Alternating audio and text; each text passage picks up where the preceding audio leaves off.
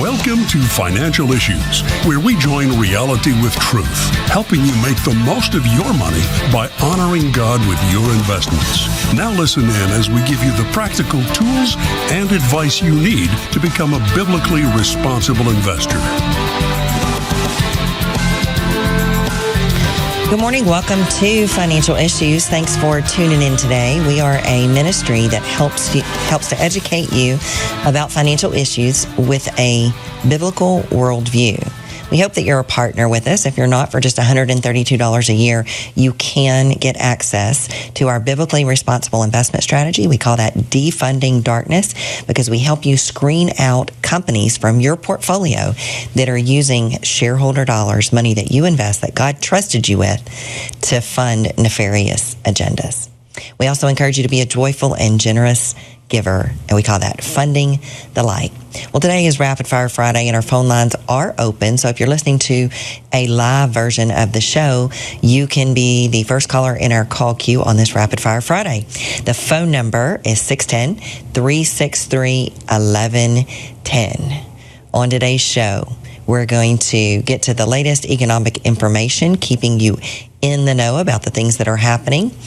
And we're going to get to some encouragement from Psalm 119:14 with our stewardship verse of the day. And hopefully we're going to get to lots of your questions. So if you want to be the first caller in the queue, 610-363-1110 is the phone number that you call. Well, at Financial Issues, we help keep you in the know about the financial issues of the day.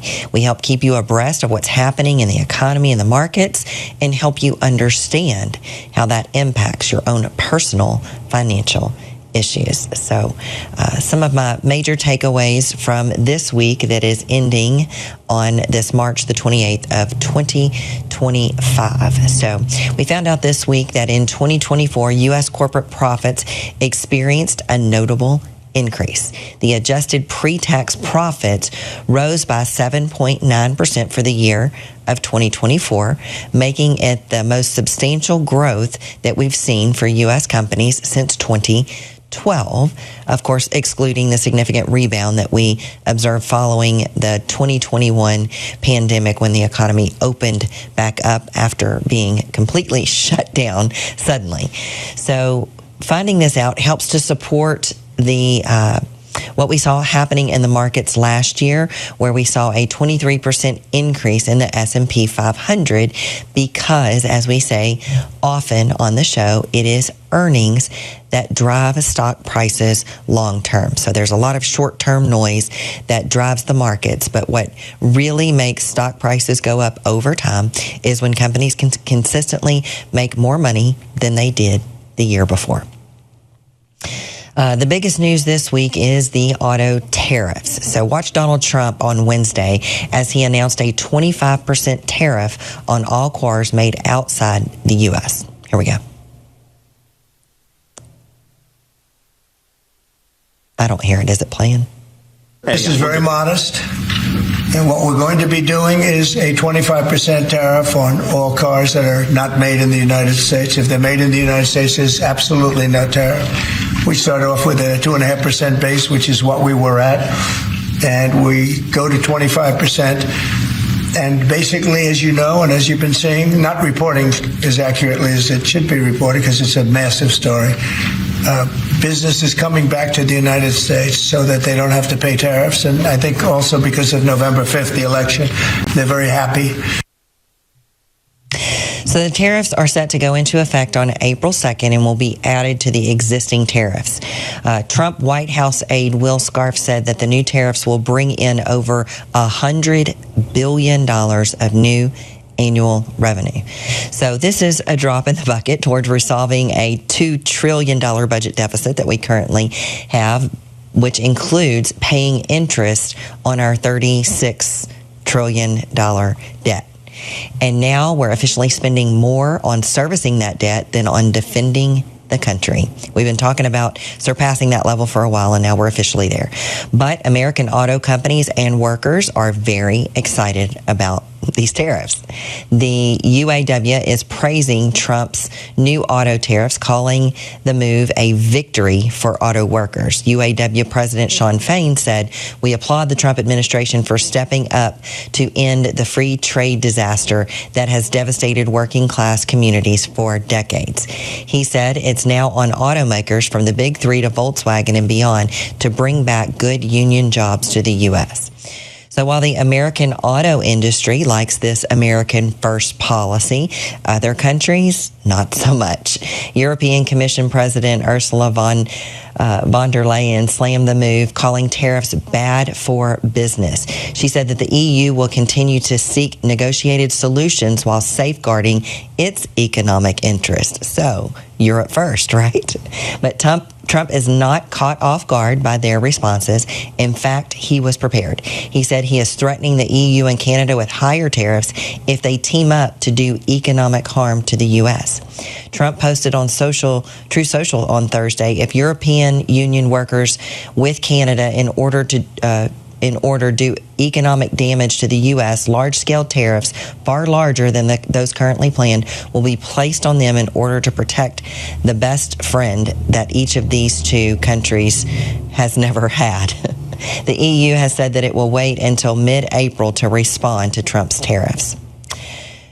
In other economic news, we got PCE out for February of this year. It is a little bit of a lagging indicator because we're now almost to the end of March and we're just now getting the February numbers. So year over year, core PCE, which is the Fed's preferred gauge of inflation, came in 2.8%. That was hotter than expected. That's the year-over-year number. It inched up from the 2.7% where it stood in January, and it was not expected to increase. So it came in hotter than expected, but as expected. Hotter than expected, but and hotter than last month. The month-over-month number was 0.4%. That's the hottest month-over-month number since January of 2024. So hotter than January and hotter than expected. The headline PCE sits now at 2.5%. It came in as expected and the same as January. Same with the month-over-month number, up 0.3%, same as last month and as expected. Personal spending and income numbers also came in. Over the last 5 years, nominal personal incomes adjusted for inflation had modest growth. For instance, during Biden's term, average wages increased by 19%, but inflation rose by 21.3%. So this increased in resulting net lower purchasing power for the American consumer. The markets for the week prior to the open on this Friday, the Dow sits up 1%, the S&P up 0.83%, the NASDAQ up 0.7%. The pre-markets are indicating a negative open in light of the inflation read that we got just this morning.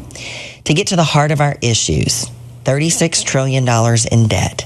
28 trillion of that 36 trillion is coming due in the next 12 months. This is still the 800-pound gorilla in the room.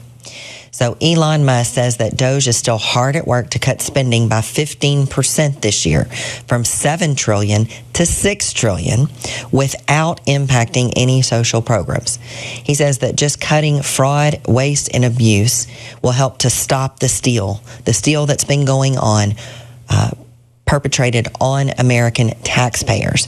He said $1 billion, an example he gave was $1 billion was paid for an online survey asking, do you like the national park? There was no plans for what even to do with the feedback that they got from that survey. So he said that the survey, probably the whole thing should have cost maybe somewhere around $10 million. $1 billion was paid for that survey. You can see that and all of the other real-time information that fraud, waste, and abuse that DOGE is uncovering on their website. They're very transparent, or on their Twitter handle. So DOGE is reducing fraud, waste, and abuse at a rate of $4 billion a day. every day, 7 days a week, $4 billion identified. So a lot of this stuff is happening in real time. Now, some things will take approval of Congress, but it doesn't take an act of Congress to enforce laws already on the books, and that is to stop the money that is going out the door for fraudulent payments. So the odds of a 2025 recession are increasing, according to some. And yes, it could potentially be Trump's fault. I'm going to leave you with a cliffhanger right there. We're coming up on a break here. We're going to have to go to a break, and then we'll come back on the other side of the break, and I'll finish up my thoughts here to get you in the know about what's happening in the markets and the economy. We'll also be getting to some of your calls and questions. The phone lines are open if you're listening to the live program. 610-363-1110 is the phone number that you call. You'll be the first caller in the queue. So it's Rapid Fire Friday. Let's get some questions in the queue. 610-363-1110. I'm your host, Shanna Burt. Stay tuned. We'll be back with more financial issues right after this break.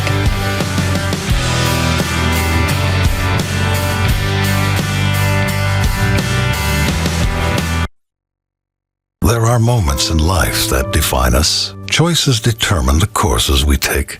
Choices that create life, or those that save a life. And some make life worthwhile.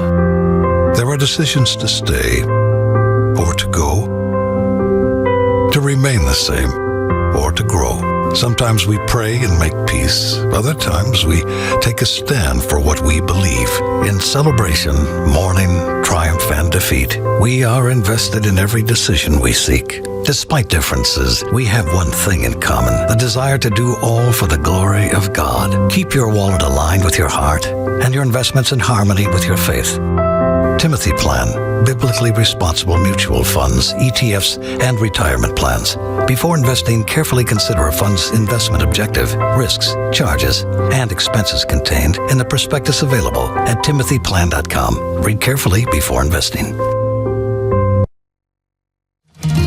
In a time when children are facing unprecedented challenges, the gospel stands as the greatest source of hope. At Crossroads Kids Club, we have the incredible opportunity to bring the message of Jesus into public schools nationwide. Join us in sharing the life-changing hope of the gospel with the next generation. The need is urgent, but God's love is powerful. Together, we can offer Christ's love to children who are longing for it. To join us, visit reachourschools.com. That's reachourschools.com. Hi, this is Shanna Burt, the host of Financial Issues. The Financial Issues family is so blessed to have saved tens of thousands of babies, all thanks to the generous support of you, our listeners and viewers. For $140, you can sponsor 5 ultrasounds. Please go to preborn.org, that's preborn.org, or financialissues.org and click on the Preborn logo. Save a baby, save a life. Securities offered through G.A. Reppel & Company, a registered broker-dealer and investment advisor, member FINRA and SIPC. Opinions expressed by Shanna are hers alone and are for informational purposes only, and do not necessarily represent those of G.A. Reppel or the outlet on which you are listening. You should consider how the information applies to your situation prior to personally implementing it, and consult any financial professional you work with to make sure it's applicable to your financial plan. Welcome back to Financial Issues. So we are a live program this morning if you're watching at 8 a.m. Central Time, between 8 and 9 Central Time, 9 and 10 Eastern Time, and our phone lines are open, 610-363-1110. I guess the beauty of being live is that we can take questions from people who have questions about the things that we're talking about, or they can send them in on the website. We've got plenty of those to answer today, too. The downside, I guess, of it being a live program is that the folks who have to do our editing have a hard job to do sometimes. So I can't always manage to fit all my thoughts in that first session. So but they're getting paid, Shanna, so it's part of it. They signed up for it. So I guess my incompetencies is job security for them. Exactly. Well, good. Well, I'll finish up my thoughts now. So, before the break, I was saying that the odds of a 2025 recession are increasing, according to some, and I certainly don't think it is a far-fetched notion that it could happen. And yes, it could potentially be Trump's fault. So, I'd rather endure some short-term pain to right this ship than to listen to the music play and pretend like nothing is wrong while the ship sinks. That's what we had been doing for so long. And, you know, even back, you know, we're coming up on the 3-year anniversary of Dan's passing, but even prior to that, going back even 10 years, you know, Dan was always railed about the problems that are happening in this country with the debt, with the problems in the government, so many things that are going on. I mean, I think he would really, I hate to use the word enjoy, but enjoy seeing all of the proof coming out about how he was right about those things. But, you know, even he said long ago that it's not going to be a painless fix. It's an easy fix. It's you know, it's sort of like going to the doctor and finding out that you're on the brink of having a serious, life-threatening illness, maybe a heart attack or something like that. But wouldn't you rather just go on a diet and start exercising? Yes, you'd have to make some very hard lifestyle changes, but wouldn't you rather that than, you know, suffering a massive heart attack? I mean, I certainly would. So it appears that DOGE is uncovering a great amount of fraud, waste, and abuse.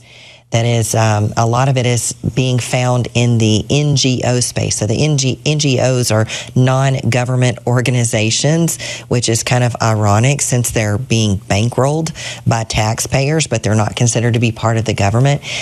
One such organization, like Stacey Abrams' brand new NGO that got a $2 billion climate grant to do God only knows what, with no money of its own and 0 employees at the time that it got the grant. I'll just let your mind wonder what that grant could have been repayment for. Because I don't want to get cut from YouTube, I guess. But I don't know, maybe that's a thing of the past. But, you know, she must have had an amazing business plan to convince the government to give her a $2 billion grant when she only had $100 in the bank and 0 employees. But there's approximately 6 million people on the payrolls of NGOs funded by taxpayer dollars, which include lots of far-left organizations doing very, very ridiculous and in some cases pretty nefarious things. So if all 6 million people were defunded by DOGE, and fired, one economist estimates that this alone could push the unemployment rate to 8% from just a hair over 4% where it stands right now, and slow government spending. Also, deporting 5 to 10 million illegals, if not more, is going to free up a good bit of housing that could potentially allow Americans to be able to afford the American dream of home ownership. Deporting illegals will also, unfortunately, put a dent in consumer spending since the government was funding them to the tune of about $50,000 to $100,000 per year, simply handing over the American dream on a taxpayer-funded silver platter to non-Americans who disregarded and broke our laws to come here. So yes, if you take out all of that ridiculous government spending and deport the illegals, those who have been receiving the money from the government can't spend it in the economy anymore.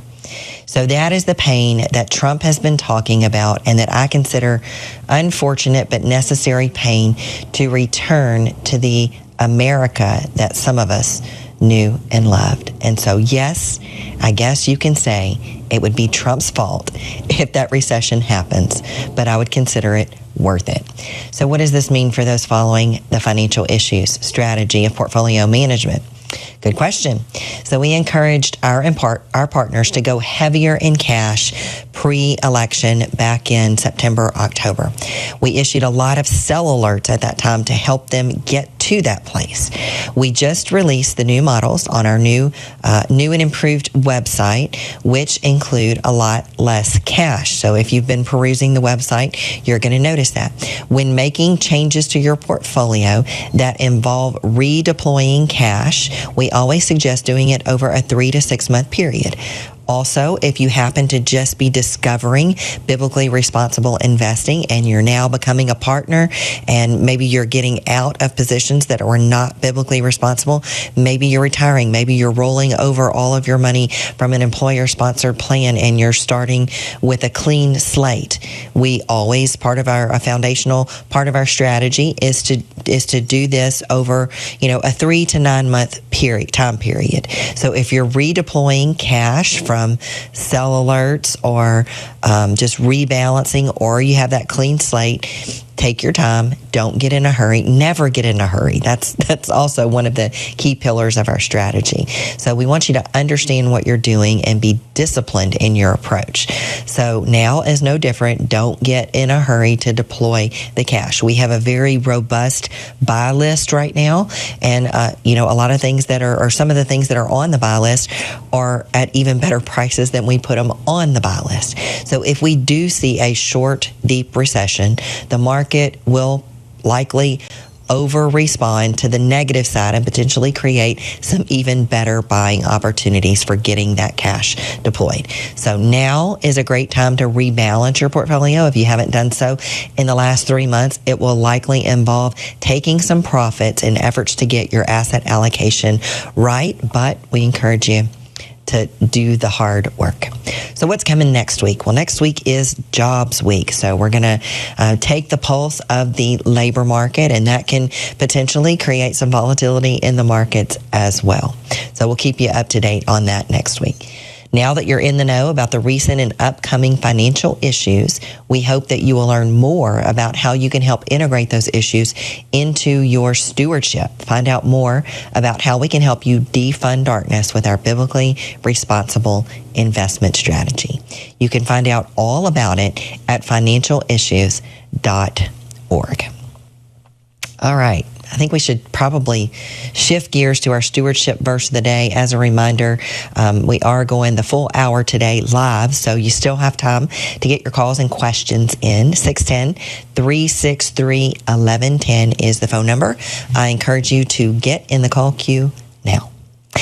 Our stewardship verse of the day comes from Psalm 119:14. In the way of your testimonies, I delight as much as in all riches. So this psalm was written by a human who diligently studied God's word and appreciated the richness of knowing God through his revealed word. So how does one find joy in discovering that our way of living, doing the things that make us feel good or the things that we deem right in our own eyes, is mostly evil and leads to destruction and ultimately to death? How do we find joy in that? Well, it's because the nature of God is also learned by reading his word. We come to realize that God knows everything about everything because he made it. We also learn that he loves us and he knows what will result in delight, joy, peace, contentment, and safety for us. And he doesn't withhold that information from us. He lays it out in a simple and straightforward way. The heart that understands God obeys him. To know God is to love him. When we love him and trust him, obedience to his laws become easier and very fulfilling, even more so than having access to all the riches in the world. So, would you reconsider today?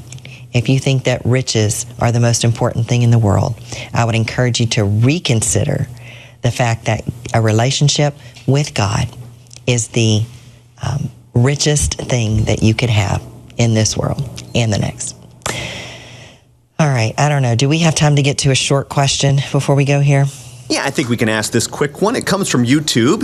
They ask, you mentioned secondary markets. What are they? Okay, so I don't remember the exact context that I mentioned the secondary markets, but most markets are secondary markets. Primary markets are when a security comes to market for the first time. So think an IPO, when a stock is offered to shareholders for the first time. Shareholders, the public, can buy into that company. The money goes to the company, and then the shareholder becomes an owner of that company and participates in the future growth and success or failure of that company. A secondary market, if that shareholder then wants to sell the shares that they have, they don't sell them back to the company. Typically, they sell them to another person. So most of the stock market is a secondary market where one shareholder is selling to another. Same thing on the bond markets. In the primary market is when debt is issued directly from the company or the government to a bond holder. The secondary market happens whenever they want to sell that debt instrument to someone else. Well, folks, if you are listening on a station that only carries the short version of the show, we have to wish you a farewell today. For everyone else, if you want to catch the full show, make sure you go to financialissues.org/live or download our phone app. That's probably the best way to make sure that you get every show for free. You can also access our archive and watch old shows as well. You can also find us on podcast, Apple or Spotify, and social media, Facebook, YouTube, Rumble, X, Instagram, Truth Social, and I feel like I'm missing one, but maybe not. For everyone else, stick around. We've got more financial issues to come right after this. I'm your host, Shanna Burt. Stay tuned.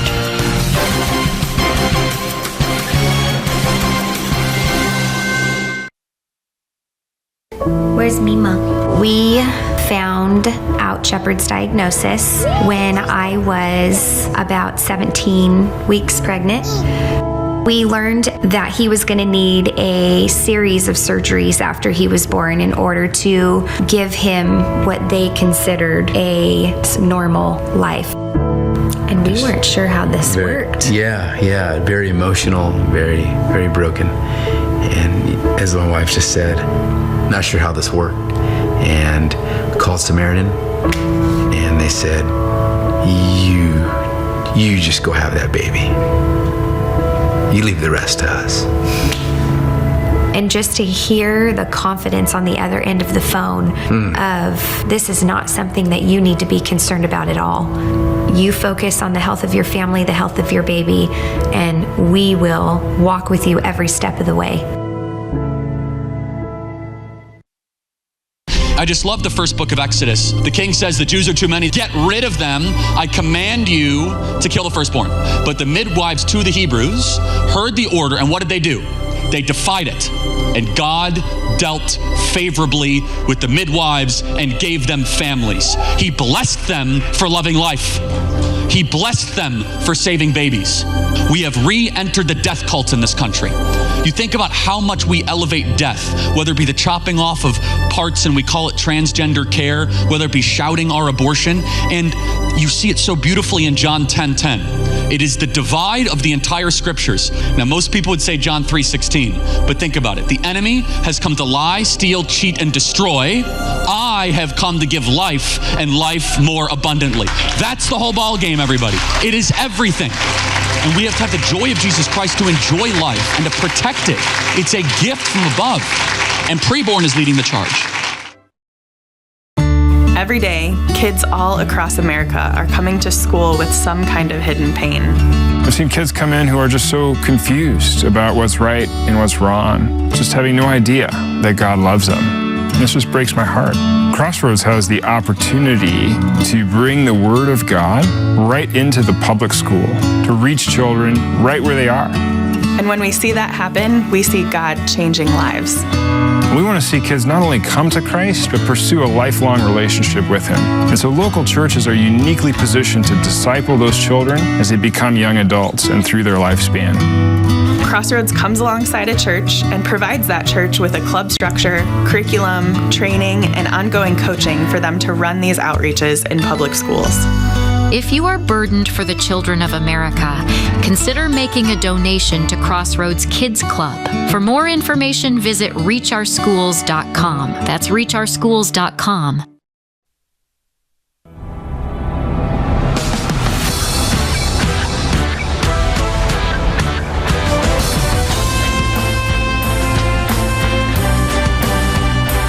Welcome back to Financial Issues. Thanks for tuning in today. Well, let's get Rapid Fire Friday kicked off. We've got a phone call from Alex in North Carolina waiting in the queue. So, Alex, you are live on Financial Issues.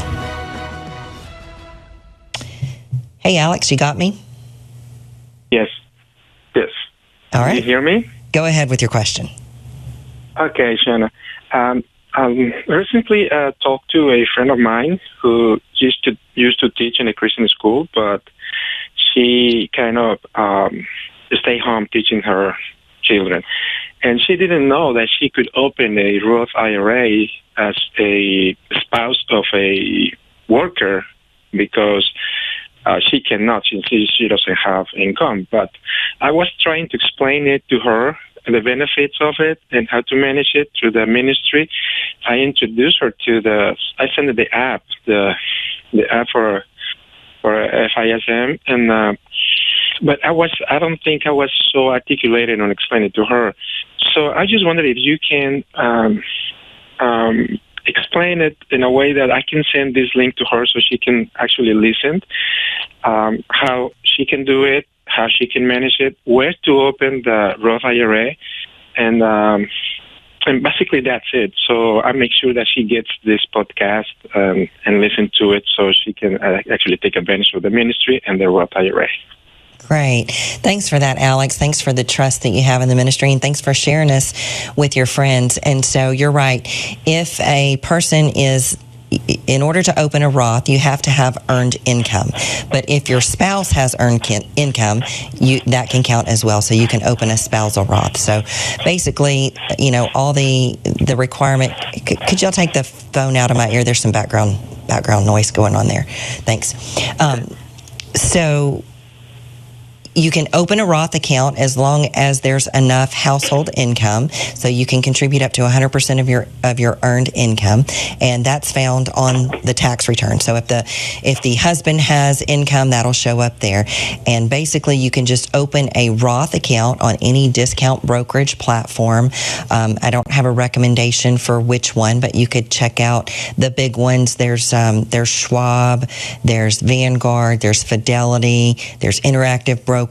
So there's lots of, if you just do a search for discount brokerages, you can kind of poke around and see which one you like. Maybe, Alex, you can share with her which one you use, which if you like the one that you're using. So you just go on, you open a Roth IRA in the spouse's name, and then you typically part of that opening process is that you'll link your bank account to it. So then you can send money over and you can fund it. So I don't know how old she is. If she's over 50, then she can do $8,000 right now. Since it's before the tax filing deadline, she could actually make a contribution for last year as long as there was earned income in the house by either her or her spouse, and she could do an additional contribution this year for 2025, $8,000 as well. If she's under 50, that amount is different. It's $7,000.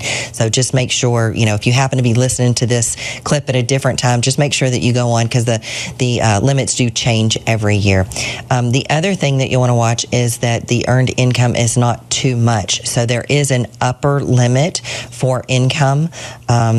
You'll need to look that up too. That changes every year, so I don't waste a lot of brain space totally memorizing that. But if you make over a certain amount of money, then you're not eligible for a Roth either. But as long as you're in that sweet spot, there's earned income and it's not too much, she can do that. So once you open the account and you fund the account, the next step is to get that money invested. So we hope that she would become a partner of the ministry, and just for $132 a year, you can sign up for that by going onto financialissues.org and click on Becoming a Partner. You'll just put in a little bit of information. You'll pay the $132 a year. Once you become a partner, you'll be able to see our asset allocation models.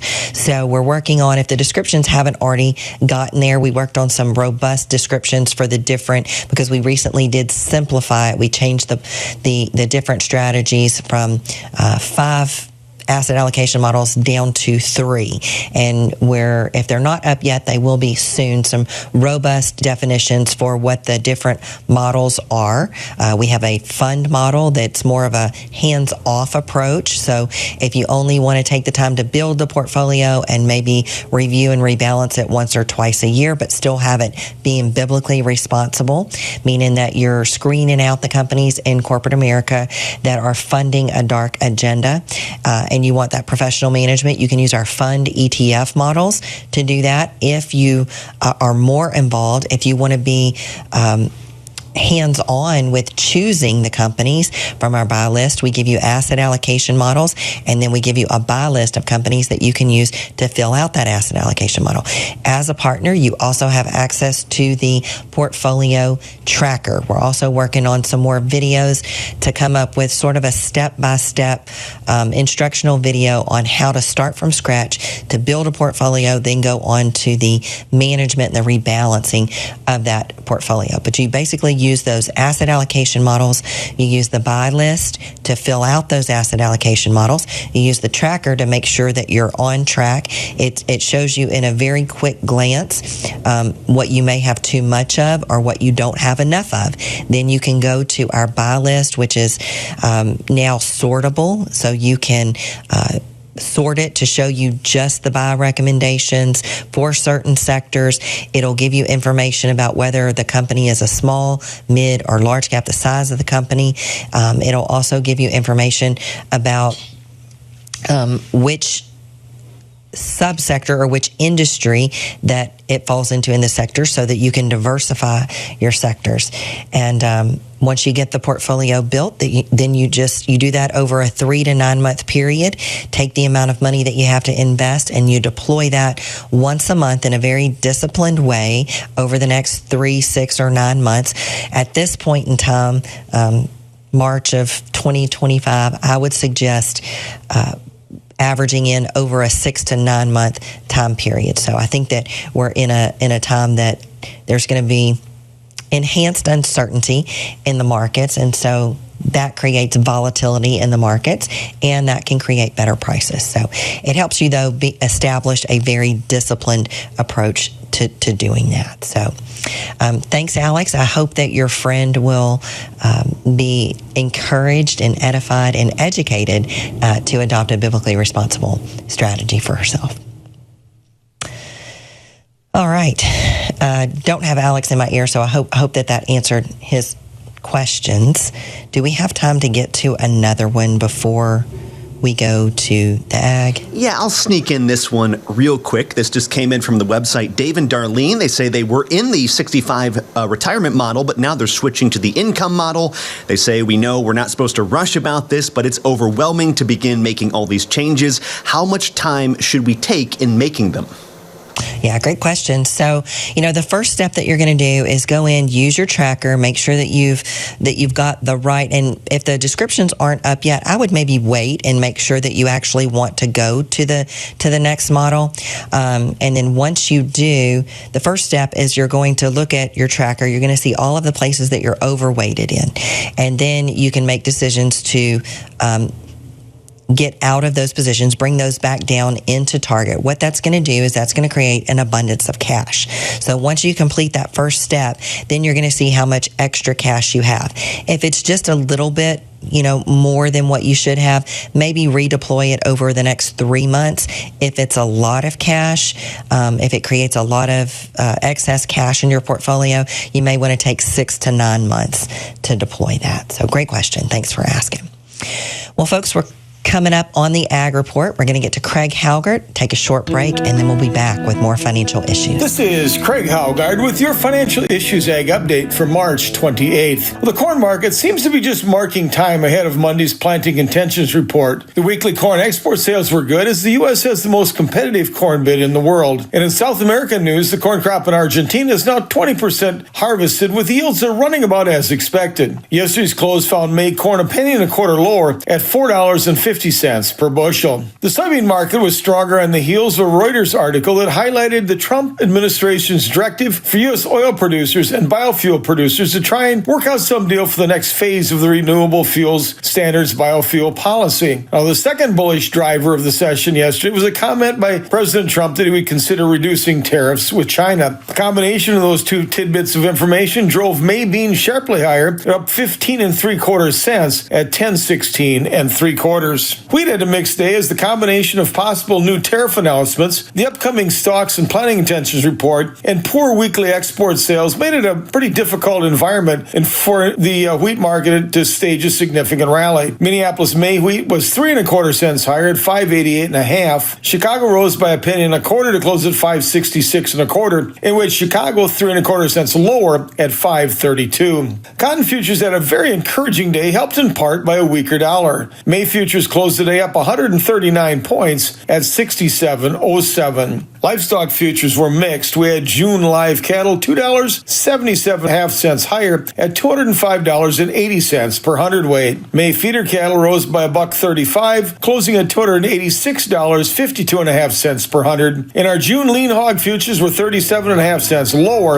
at $96.17 per hundredweight. Class 2 milk futures had an encouraging session as they closed above the 20-day moving average, which spurred out a little bit more technical buying. The closing bell May futures were 23 points higher at 17.69. Well, this has been Craig Haugard with your Financial Issues Ag Update. We'll be right back with more financial issues after this.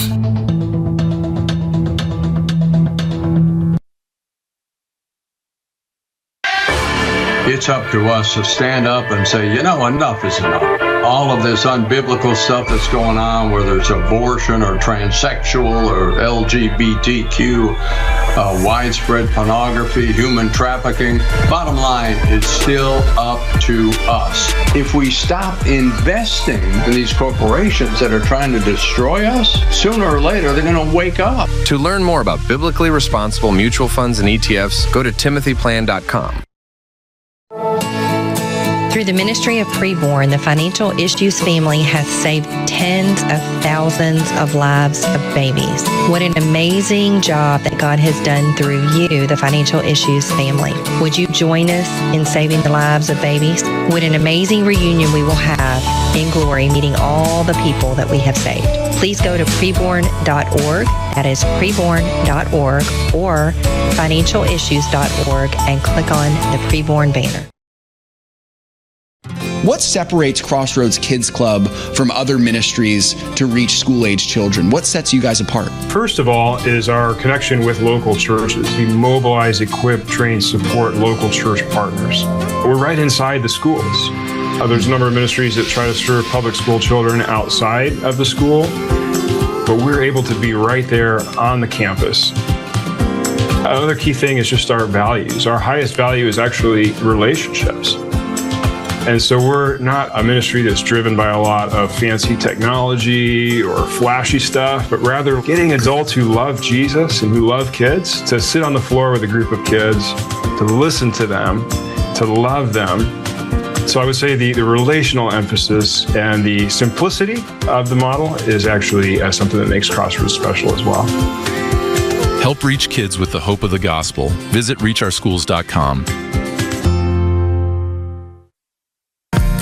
The opinions and recommendations expressed on this program do not necessarily represent the opinions of the station or any of the program sponsors.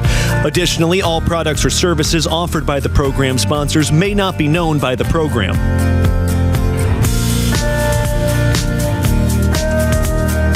Welcome back to Financial Issues. Thanks for sticking with us. Well, we're at the tail end of the show today, but we've got about 11 more minutes left. If you've got a question, now's the time to get your call in the queue. You'll be the next caller. 610-363-1110 is the phone number to call. While we're waiting on your call, Sam, let's get to some questions from social media and the websites that have come in today. So we begin this segment with Brian. They say, a question on new models. I was in the 45 to 55 model. Now there are no fixed income allocation in the new model. Is this a shift in strategy? Because I think fixed income was upwards of 20% in the last model. So we have simplified the process. We now just have 3 asset allocation models. So I don't know which one you've actually picked. Well, I do, because you said there's no fixed income in it. So you must have chosen the growth model. The 45 to 55 model is probably going to be closer to the growth and income model. So if you liked that model, maybe you want to take a look at the growth and income model.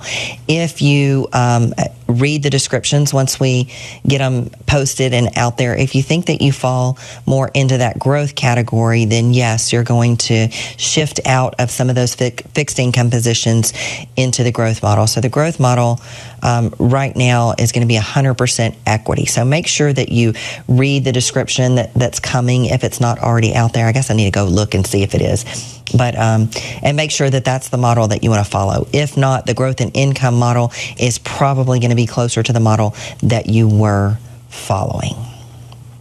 All right, very good. Amar is asking on income stocks, which one is better, REIT, preferreds, or I believe they're asking about F45, and which account should they be in, IRA or brokerage? Well, there are great income stocks in all 3 of those categories, REITs, preferreds, and financials. So the way that you're going to look for those now on the website, you can go in, you can there's allocation. It's broken out now. So we have a specific target for preferreds, specific target for REITs, and a specific target for financials. If you're an income investor, you want to see which ones are paying the best income, you can go to the buy list. Now you can sort the buy list by sectors. So you can filter it out to show you just the REITs, just the preferreds, and just the financials. And then you can take a look and see in the style column, we now have income, growth and income, or growth. So you can filter those out by income, and then you'll have a short list of companies that you can consider.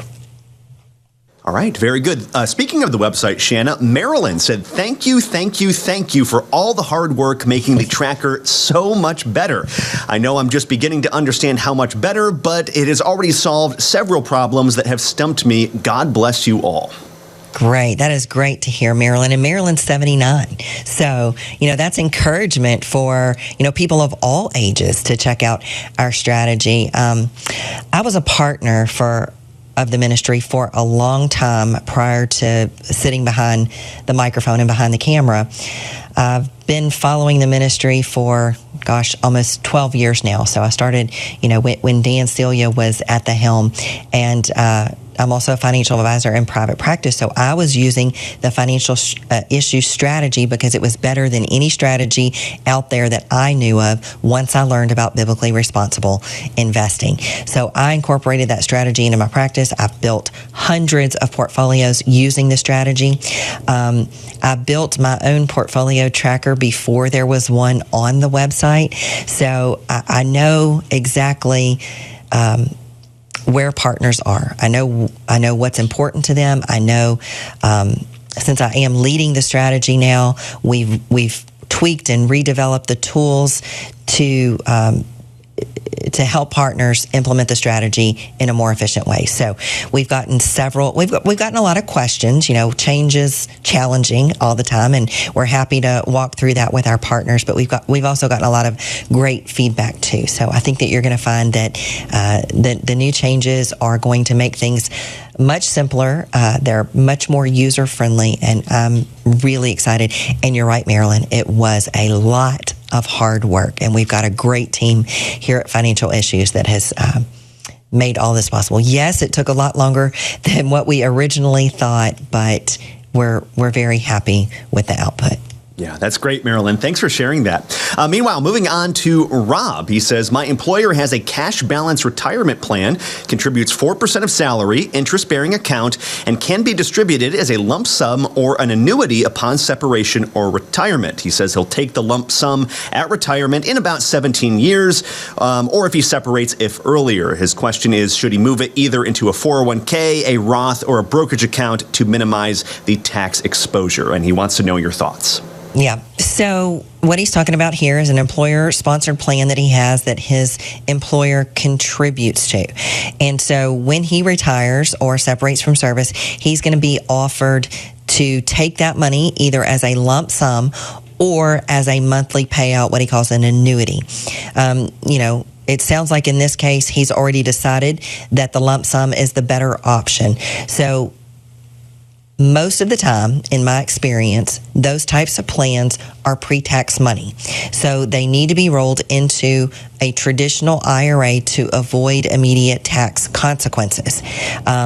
It'll also depend on his age. He says that he's 52 right now. If for some reason he was separated from service now and rolled over that money, if he took it out of the IRA, he could be subject to some penalties. So the first step is going to be just to roll it into a traditional IRA if it was pre-tax money. Then you can start to do some tax planning. So what you'll want to do at that point is, you may want to convert some of that to a Roth and pay the taxes. Thereby, you could avoid some of the early withdrawal penalty. If once you're 59 and a half, you could distribute some of that to a taxable account. Of course, you'll have to pay the tax on it in order to do that. And the way to discern that is to take a look at what your income will be for the year and what tax bracket that you're going to be in. So you want to try to stay in a tax bracket that is reasonable, so including the money that you're going to convert. So it wouldn't likely be that you would take the whole amount in 1 year unless it's a smaller amount. You probably would want to make a strategy to do it over a number of years. Very good. He has a couple follow-ups, Shanna. He says he's tracking in the fixed income sector and he wants to know if that's appropriate.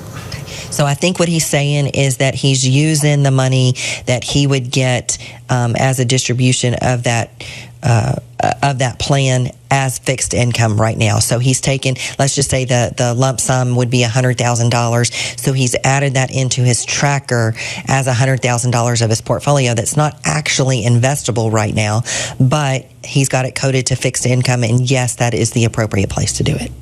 And finally, he also says, show lower money to account for tax impact at exit. What do you think of that, Shanna?